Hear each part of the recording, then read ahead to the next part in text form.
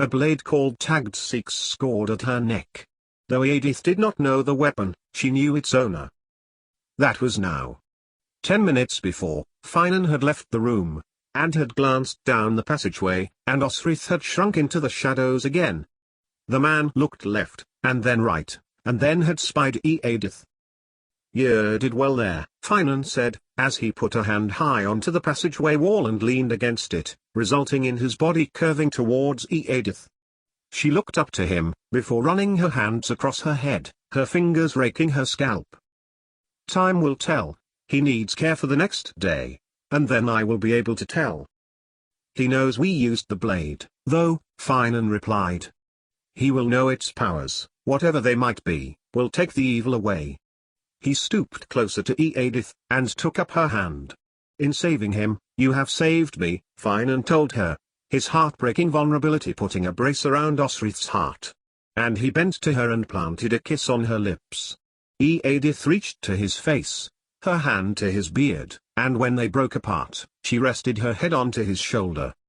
"I should," she began, and there was a shout down the passageway. Sihtric was calling him, and told him to bring Osferth. "Norse." Sihtric called again, clarifying the point, and Finan leaned into the hospital room.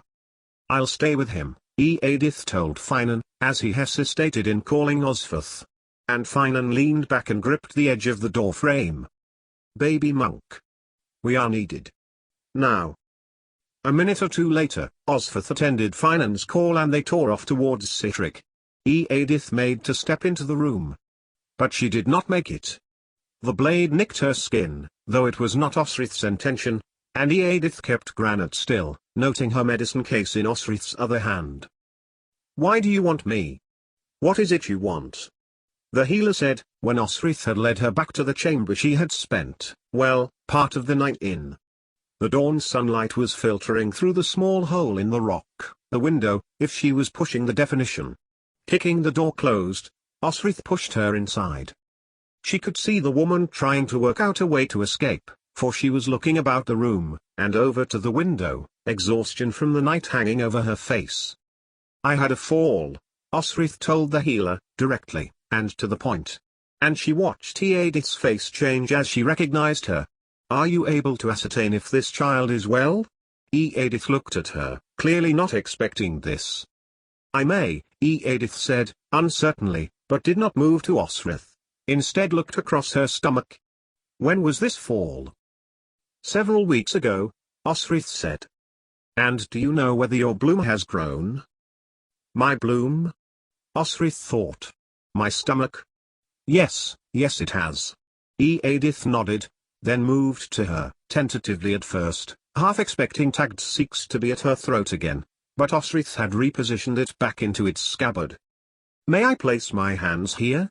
Edith asked, coming towards her, slowly.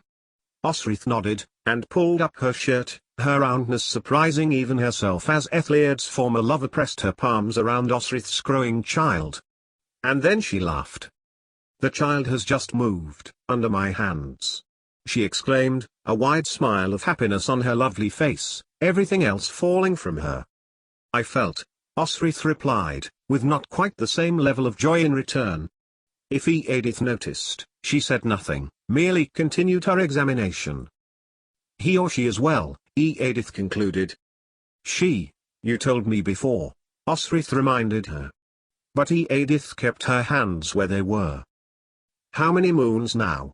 she asked Osrith, and Osrith thought back to early June, the 3-milk month, where cattle could graze and produce 3 yields.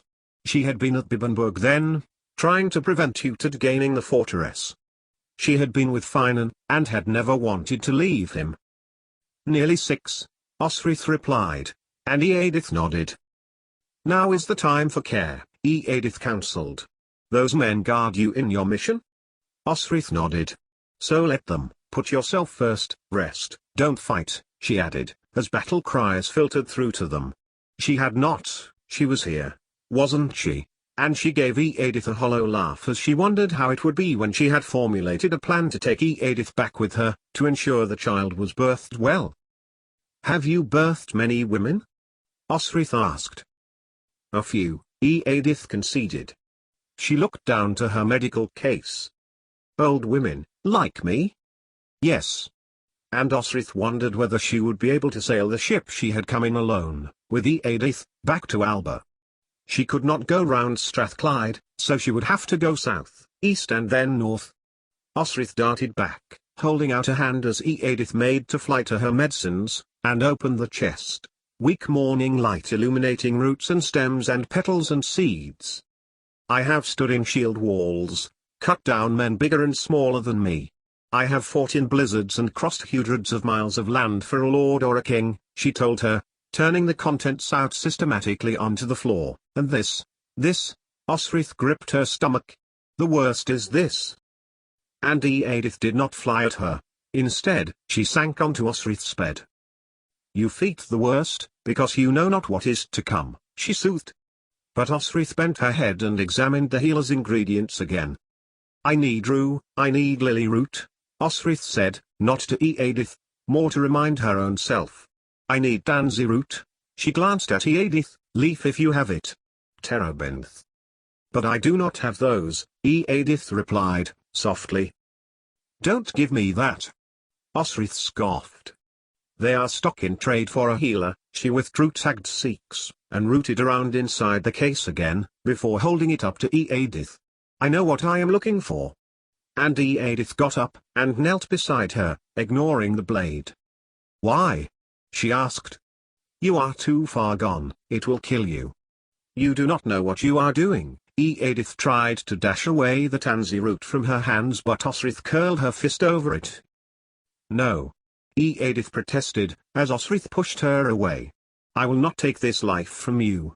Nor will I allow you to do it for yourself. Osrith stalked to the window. Better to examine the case contents. You are hostile to me for some reason, Edith went on. I remember you. You served at Mercia. You killed my brother. Osrith turned back. Eardgulf. And I am sorry for that, she replied, and meant it. And I remember you, on the run with Utad.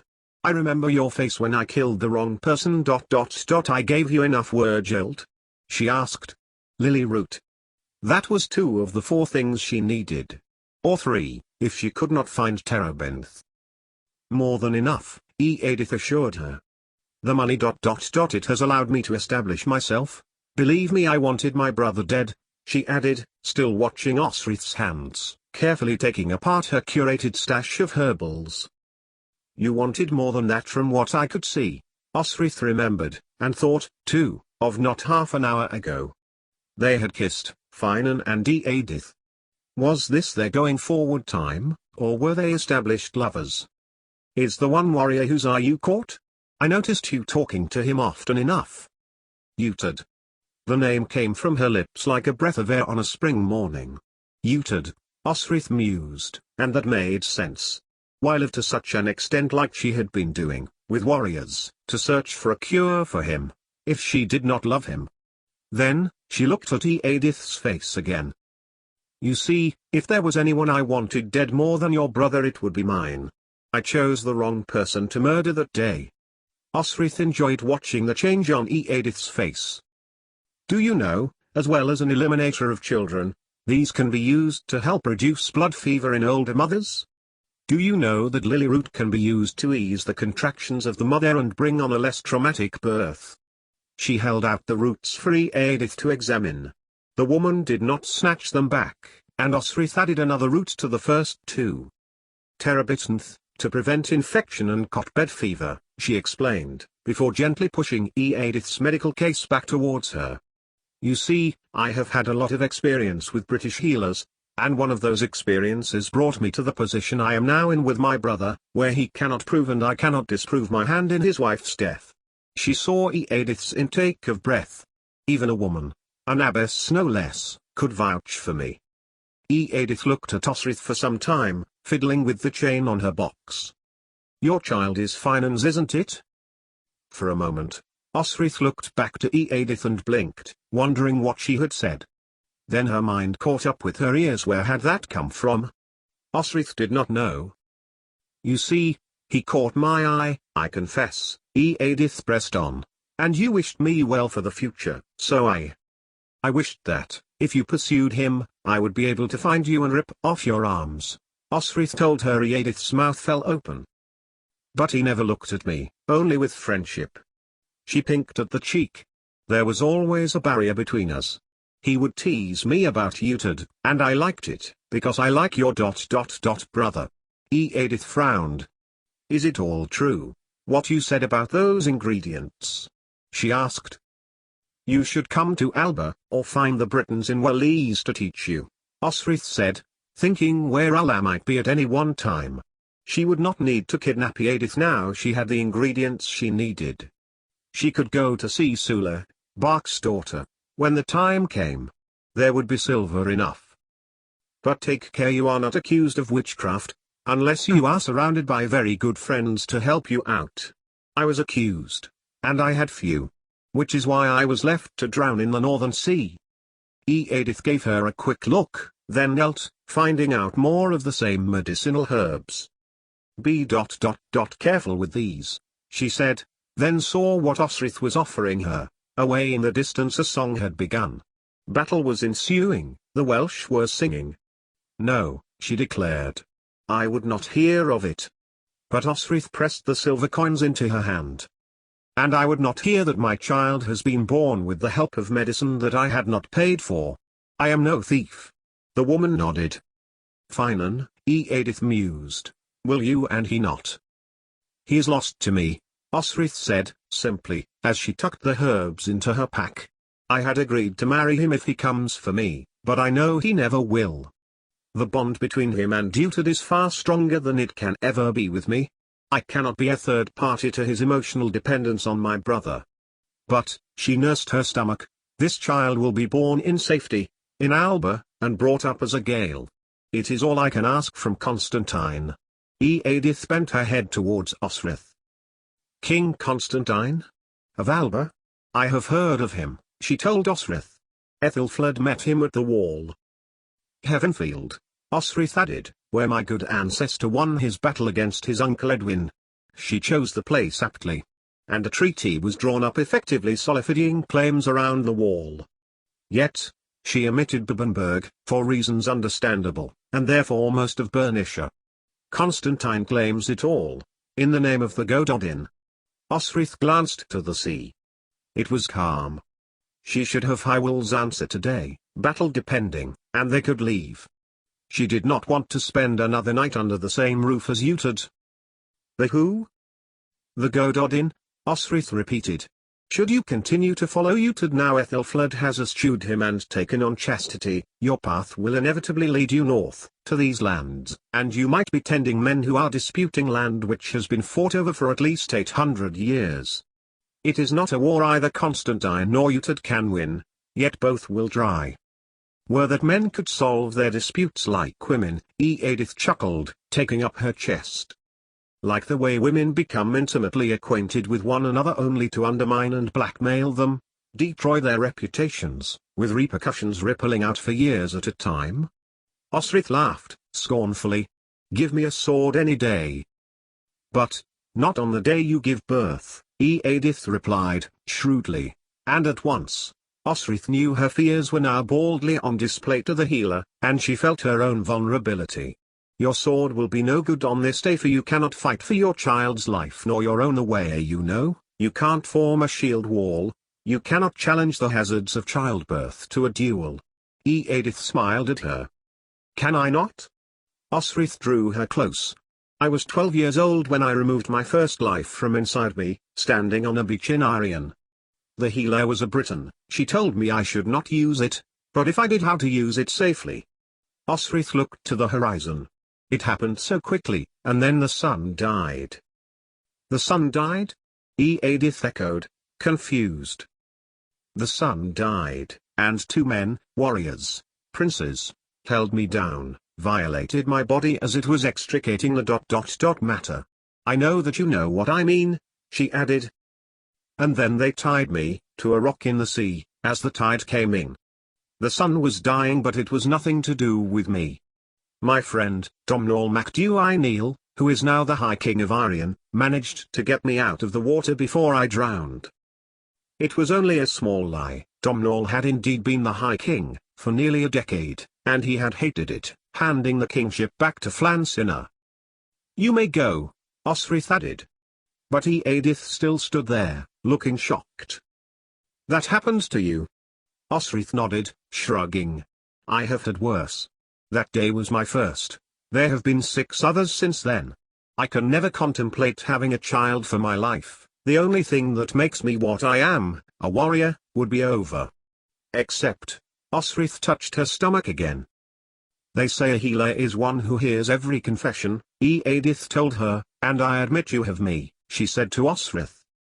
"I lose a part of myself every day," Osrith replied. "But, I am told, I will regain it. If I live."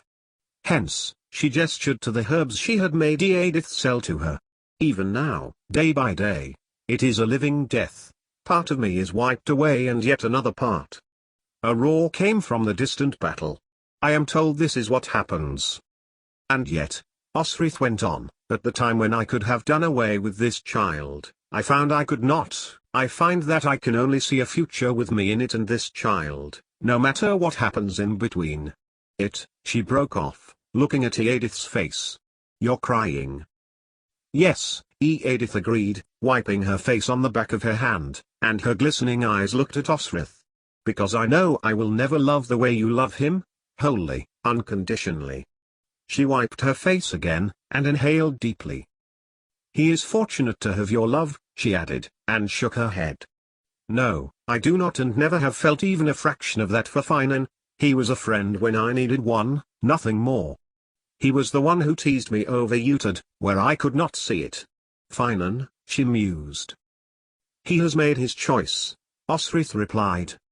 "Do not tell him about my coming to you, it will only distract him from supporting Utad in supporting Ethelstan, though I believe I will regret backing Edward's firstborn in the end." Osrith went to grip her sword. "Tell him nothing," Osrith reiterated.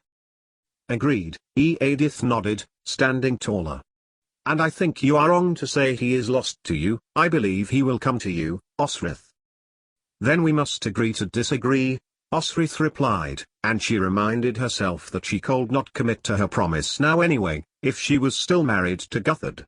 Constantine knew she could not marry again, so why suggest it? "May we part as friends?"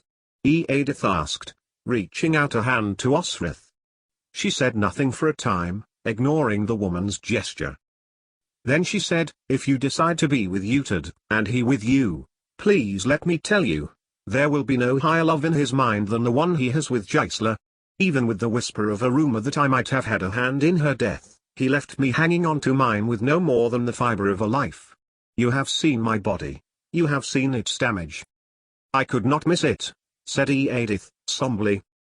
"Don't expect too much or you will be disappointed." Another cry. Were they winning, the Cymric, and Constantine's men? Osrith's heart lurched, her body yearning to be with them. "What makes me sad is that I am no mercenary. I have not submitted to justice for your brother." "I will take that as a yes," Edith said, brightly, her tear-stained face grubby, tired. "If you please," Osrith conceded. "You are welcome, on my part, to Dunnottar, and in my own country." Alba? She might have said Strathclyde. But Dunnottar, Pitland, Dalriata, all of Constantine's land was dear to her, and they were Alba? And she knew that, by declaring Alba as her land, it implied the land to the wall, all of it, Constantine's objective, his territory claim. "So, you are Lackland no longer," Edith commented. Osrith stood before her, withdrawing Buet and standing with the blade close to her face. "Thamio Alba," Osrith declared. "Alba, Gubarat. 88,888,888. It was Angus who Osrith found shaking her shoulder as Osrith blinked, muzzily. She had slept for a very long time, or so it would seem, for a whole day had passed, and the battle was over. A smile came over his face, and he hummed a few bars of a song that Osrith vaguely recognized. "We won, of course we won," Angus told her, as she regained her senses. "We drove the Norse away from Abergwaun, and made another fleet of ships turn and flee." "Good. Osrith agreed, as she blinked, trying to orientate herself. In the fortress of Hywel, king of Deheubarth, not in a ship with Domhnall and Constantine and Finoli, tagged breaking into song as waves dashed round them. Behind him, Eswe came into view. "We thought you would never wake," he told her. "I thought that," he added. "You were concerned for your brother." "I wanted to see whether he would live," Osrith admitted, swinging her legs to one side of the bed, trying to stand and then wobbling. Angus helped her to a sitting position, and brought a tray to her lap. "He lives," Eswe told him.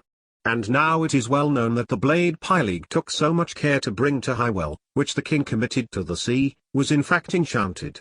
Eswe lowered his head to Osrith. "We leave today, as does your brother. Hywel is pleased for his victory, and to recover the land Ronvaldr took from him." "Tell me more," Osrith asked, and the warriors did, in turn, as she ate and drank, her body feeling drained and overcome by hunger. Had she really slept for a whole day? "It is a wonder the celebration feast did not rouse you," Eswe told her. "It was rather raucous." He placed a hand gently on her shoulder.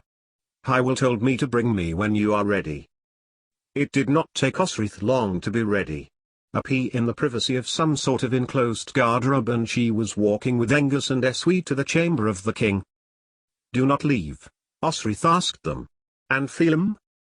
"Readying the ship, acquiring provisions," Angus told her. Osrith nodded. That was like Phelim, to want to be Organsied. Before she had a chance to knock, Hywel opened the door. Osrith smiled as the king welcomed her, and she strode in after him, leaving the two warriors behind her as Hywel closed the door. "You wish, before you depart, for the answer to your king's request?" Of course. It was why she was here. "So I will give you an honest answer, Osrith," he said, in his direct, plain manner. "I do not wish to have anything to do with the Saxons living to my east. I will not ally with them, nor will I give them any more favors. Titulg was a one-off. And," he said, pacing to his window, "you will find no king in Wales will aid the Saxons." Osrith felt her heart rise. This was what Constantine wanted. A united enemy against the Saxons and the Angles, to drive them into the Eastern Sea. "And now will I ally myself with a man whose ancestor did what the Saxons have done, push into the Western Isles and taken over the many kingdoms north of the Roman wall. Gaels have never ruled traditionally in those lands, they are Cymric lands, and have always been so." Hywel smiled, warmly. "Of course, you know that, Osrith, of the line Aryan, of Coelhen. You are the last princess of our Northlands, the person whose ancestor controlled both Cumbraland and Strathclyde from the ancient kingdom of Rusht, who fought with other Cymric, the Gododin." He took her hand. "Your kin were celebrated in Taliesin's poem. This was why Constantine, and Domhnall before him, have held you close. So, I am to tell him?" "Tell him no, no, and never," Hywel reiterated. "I will never unite with Alba, and I will advise my sons not to, either. So," he said to Osrith, "I thank you for your company. Shall I escort you, and your warriors to your ship?" 88,888,888. "He was captured in battle," Pyleague told Osrith, as she pointed out a man, broad, blonde-haired, just out of youthhood, looking at a wide-hulled sailing ship at the other end of the quay. Osrith turned to look at Pyleague, still not entirely clear on the details of the battle that had raged, that she had not been a part of. "And it seems as if Lydok, Hywel's brother, was keeping captive the warrior Brida, who escaped her prison. She joined with Ronvaldr, and escaped with him. Utad traded Berg's life for the escape." Typical Utad, Osrith thought, and typical Brida. Osrith looked north, as if she would still see the red and white square-rigged clinker-hulled Norse ships there still. Ronvaldr and Sigtryg were long gone with her. Osrith would never regret her part in helping Bride escape her cruel conditions. She glanced at her own ship, that they had liberated from the Clyde to come here in the first place. "Berg?" she asked, looking up to Pyleague. "Berg Skallagrimson," the priest offered. He swore he had not been part of killing monks and Christians, and knelt and swore an oath to Lord Utad. "Many do," Osrith said, vaguely. She felt Pylig's eyes upon her. Bergskalagrimson, she echoed. It was a name Osrith would recognize many years in the future in a place she was about to go to. And that was why you brought it? For Utid?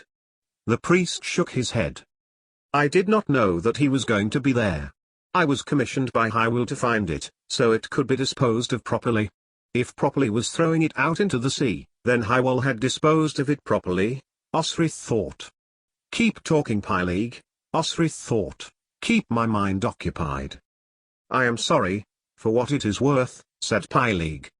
He gripped Osrith tighter, and maneuvered her closer to the cliff top, a blade at her throat. 3 warriors looked up to her. The southwesterly wind butted the ship along. They needed to see she was being held against her will. It was necessary that we tricked them. They know to meet you in the estuary, if all goes well. Osrith had suspected something. Hywel had sent his sons to speak to Osrith, talk about the land, about battles in which they had fought, at the currents that took them to Arion, and the famous holy people who had been sent out into the world, Non, Dewey, Usa, Nennius.